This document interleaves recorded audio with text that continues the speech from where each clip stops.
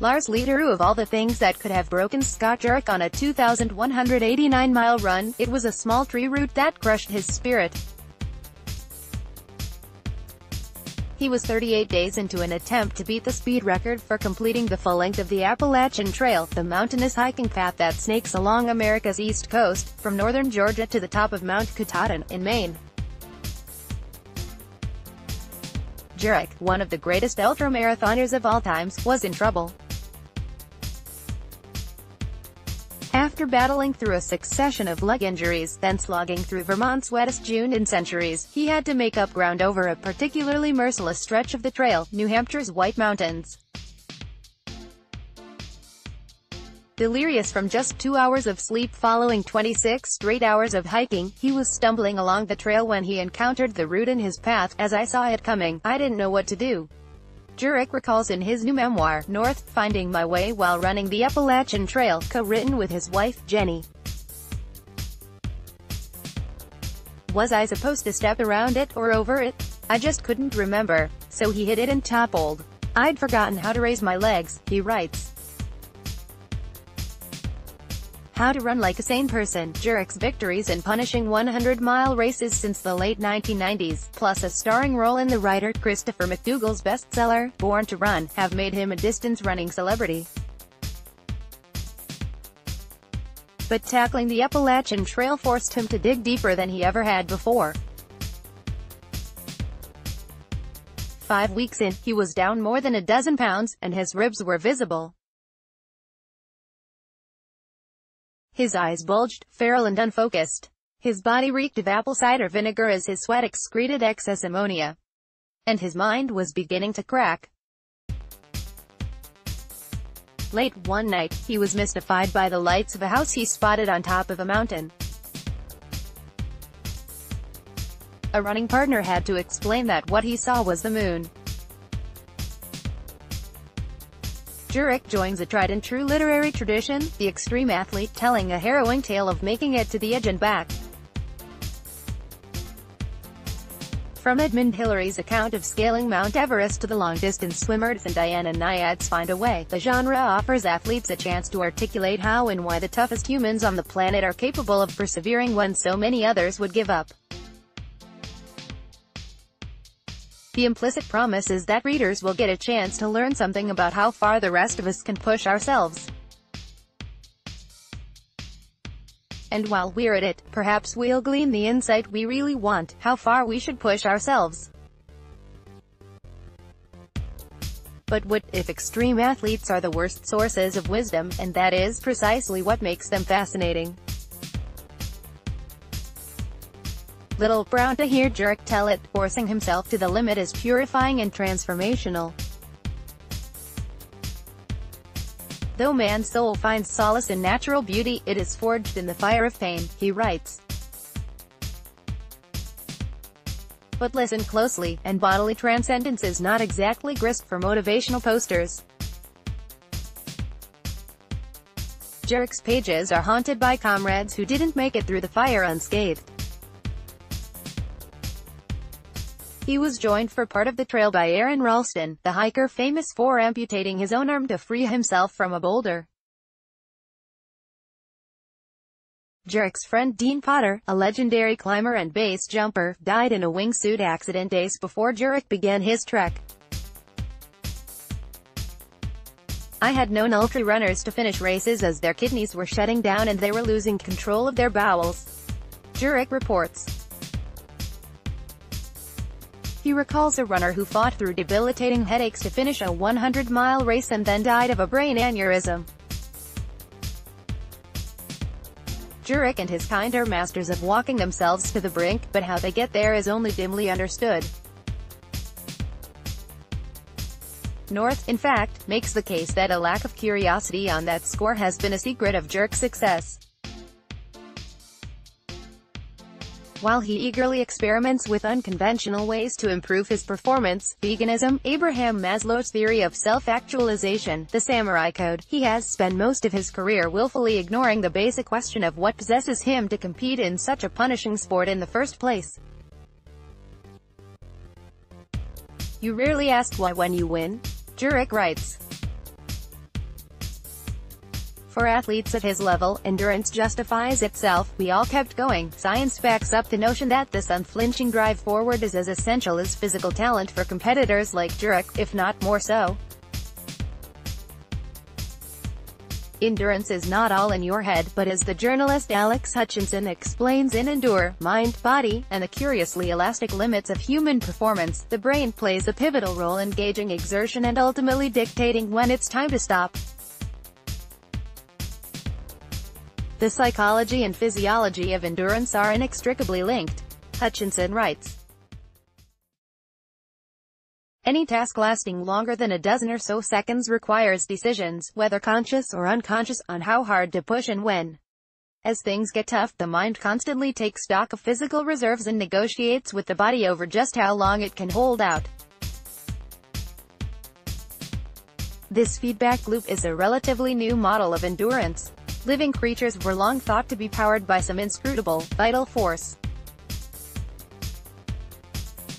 That belief gave way in the 20th century to what Hutchinson calls a mechanistic, almost mathematical, view of human limits. Like a car with a brick on its gas pedal, you go until the tank runs out of gas or the radiator boils over, then you stop. But more recent research into the mind's influence has made for much trickier analogies. All runners know that the racing experience is rarely linear. You might feel strong at the start, pained in the middle, then catch a second wind and charge to the finish. Some days you float, others you barely crawl. Physiologists broadly concur, despite plenty of heated debate over the specifics, that how your brain interprets your body's signals sets the limit on the effort you can put in at any given moment.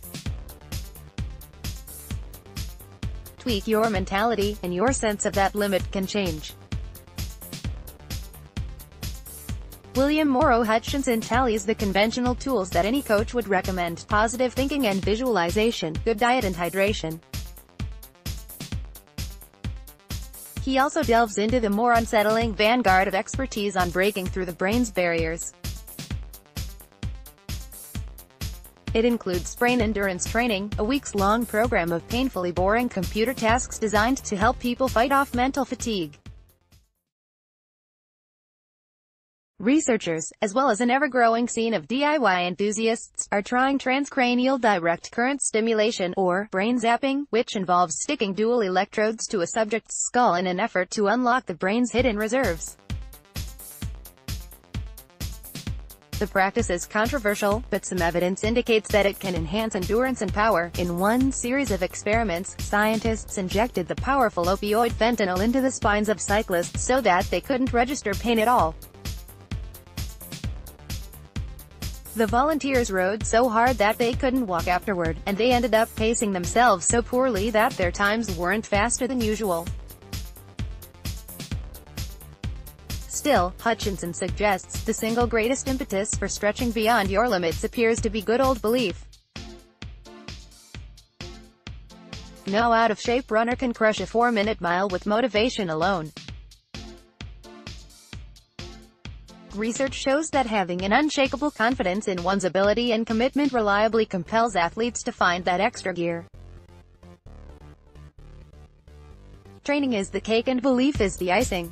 Hutchinson reflects, but sometimes that thin smear of frosting makes all the difference. He offers a long list of studies that have sneakily goaded subjects into better performances, telling runners they look relaxed makes them burn measurably less energy to sustain the same pace. Giving rugby players a post-game debriefing that focuses on what they did right rather than what they did wrong has effects that continue to linger a full week later, when the positive feedback group will have higher testosterone levels and perform better in the next game. Even doing a good deed, or simply imagining yourself doing a good deed, can enhance your endurance by reinforcing your sense of agency. But beyond the boosts of trickery and experimental nudges, how is such belief instilled? How do you get the unrelenting sense of purpose that sustains, say, one of the world's greatest ultramarathoners? Not the way you might think. Avoiding introspection seems to be key. Hutchinson, a creditable runner himself, though his career never came close to matching Jurek's, spends long passages puzzling over the mysteries of his own peak performances and dissecting his failures. Jurek, meanwhile, gives the impression that doubting his commitment hardly ever even occurred to him, until he hit the Appalachian Trail. That challenge was different from any other he had attempted. His reflexive faith in glory was gone. This time he was motivated by an endurance athlete's equivalent of a midlife crisis. In May 2015, Jurek was 41. He was a year past a promised retirement, and had been underperforming in races as he'd approached 40. His wife, Jenny, had just suffered a second miscarriage. Jurek felt buried under medical bills and a new mortgage, and he glimpsed salvation in running 84 consecutive marathons over the gnarliest and oldest mountains in the world. Here was a chance to look inside himself and find direction. But beware self-scrutiny. Just 7 days into navigating the rocky, often rain-soaked path, Jurek was already overcome by doubt.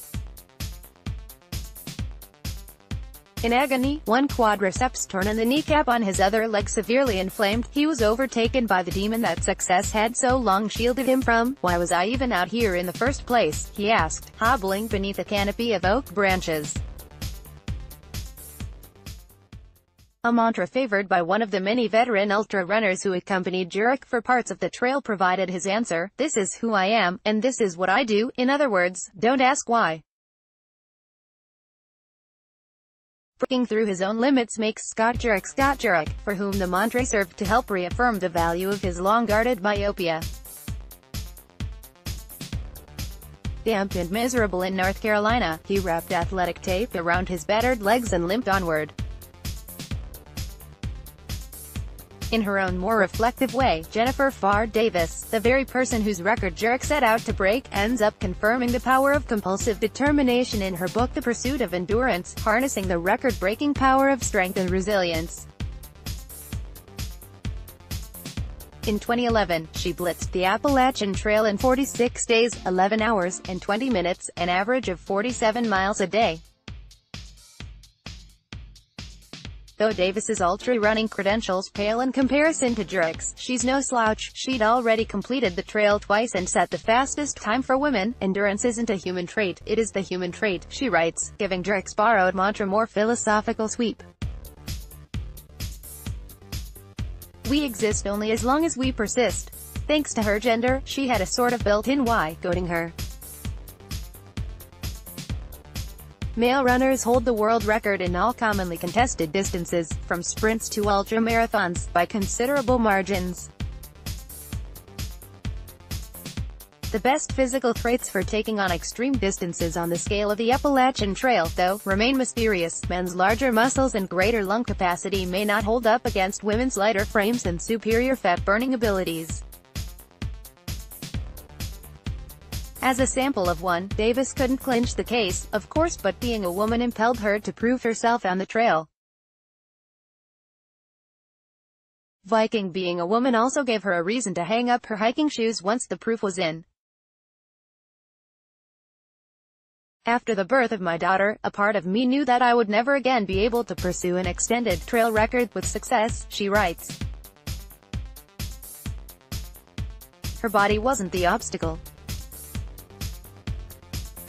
You could say Blink-Herd obsession was.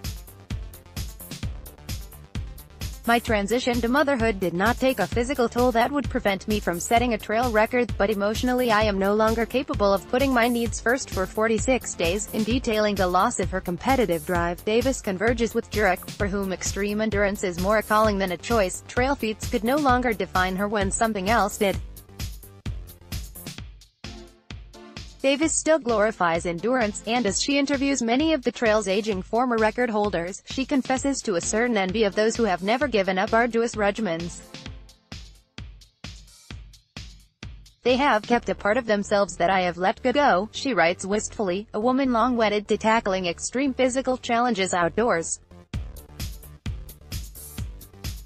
But her admiration is tinged with an awareness that forging on, too, demands sacrifices. Most people find that there are many things well worth stopping for. Not Jurek. After tripping over the route in New Hampshire, he picked himself up, charged forward in his delirium for another week, and defeated Davis's time by a slim 3 hours. He finished in 46 days, 8 hours, and 7 minutes. Since then, 2 people have already beaten his record. This article appears in the June 2018 print edition with the headline, "The 2,189-mile marathon."